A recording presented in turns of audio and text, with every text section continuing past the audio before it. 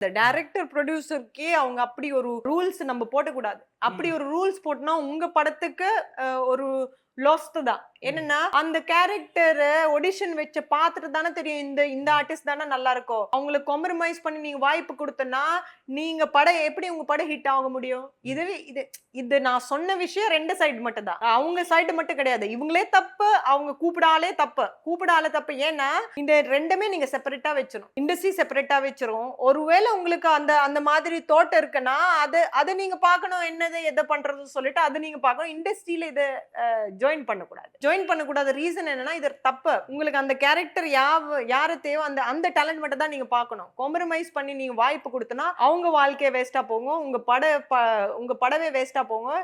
அந்த படக்கே செட் ஆக மாட்டேன். பிகாஸ் நமக்கு தெரியாது அந்த பொண்ணு ஆக்டிங் பண்ண தெரியுமா தெரியாது சொல்லி அதை வச்சுதானே இது பண்ண சான்ஸ் கிடைச்சிச்சு. அப்படி பண்ணக்கூடாது.